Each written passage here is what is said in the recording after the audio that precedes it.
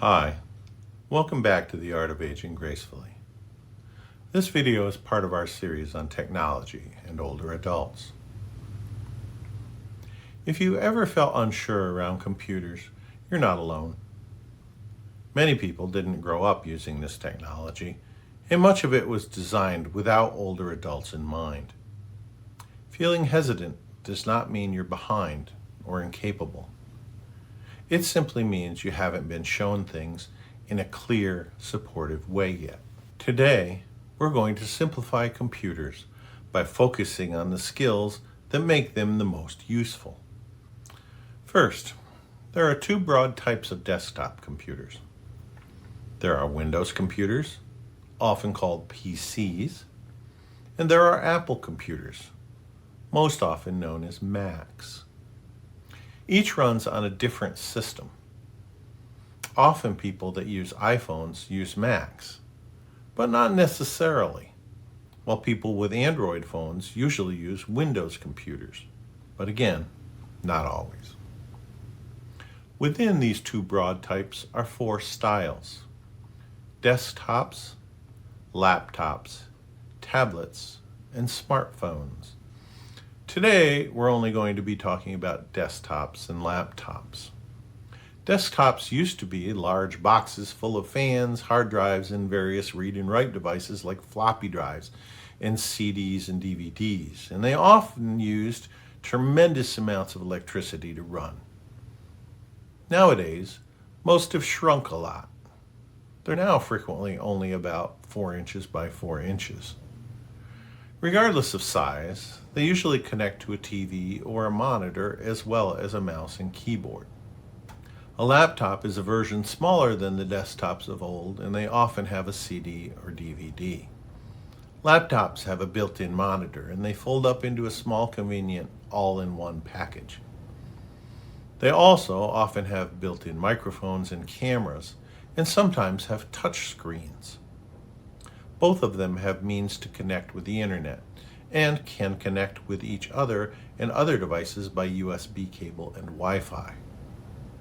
Whether you prefer a desktop or a laptop depends on your lifestyle, your level of experience, and what you're comfortable with. Depending on your needs, you can have both types if you prefer, or just stick with the one you like the most. Regardless of type or style, a computer is a tool that stores information and helps you to communicate. If you can type on a keyboard, click a mouse, and recognize a screen icon, then you can use a computer. You don't need to become a techie to use one. Just be you.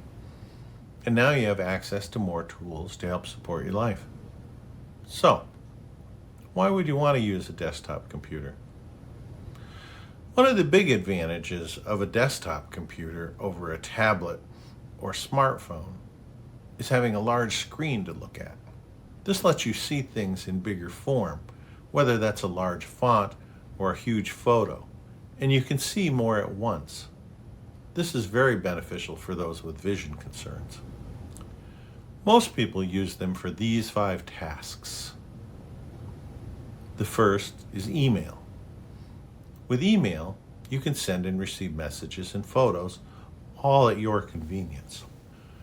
Most people look at email as not being as high a priority as phone calls or texts, so you can respond at your convenience. Accessing the internet is another huge use. You can look up the weather, get answers to questions, plan your travel, find a recipe, or simply see what's going on. It's a window to the world. You can manage documents, write letters, make lists, save important personal and family information, write a book. You can do all this and much more. And unlike a paper book, you can go back and search through your documents to find something. Video calls are another feature that lets you stay in touch with family, friends, and even your doctor. Use tools like Zoom, FaceTime, and Google Meet. Telehealth tools can make it easier to talk with your doctor and keep in sync with your health. You'll need to have a camera and a microphone connected to your desktop computer to use these video features. But your laptop probably has them built in. The fifth use is to save and organize your digital photos. Your computer is like a huge photo album that you can organize and selectively share from. You can connect with your phone and copy your photos to your computer in order to add them to your photo library. This lets you save an incredible amount of photos without having to pay for extra cloud storage. I want to let you know there's no need to make any of this complex.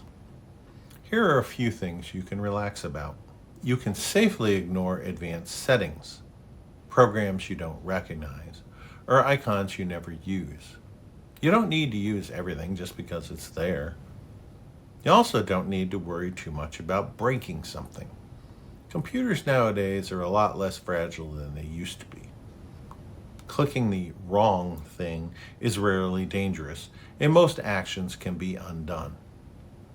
But please be aware, this doesn't always hold true. Clicking on the wrong thing in an email or on a website can be dangerous, so please be careful there. In any case, you don't need to hurry.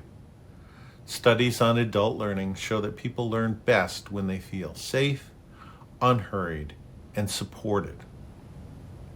You don't need to be a brilliant scientist.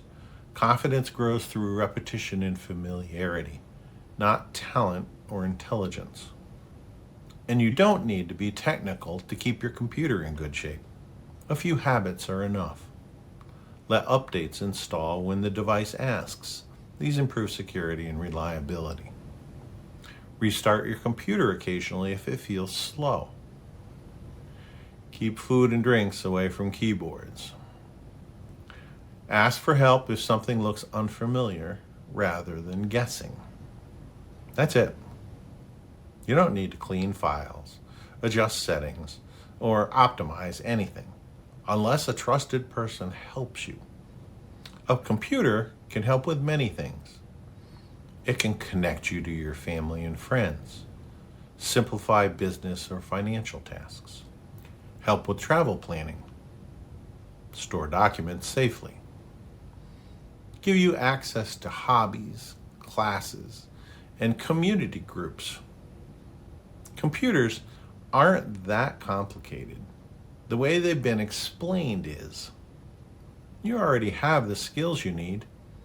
Tapping, clicking, reading, choosing. The rest are just details you can add if and when you want.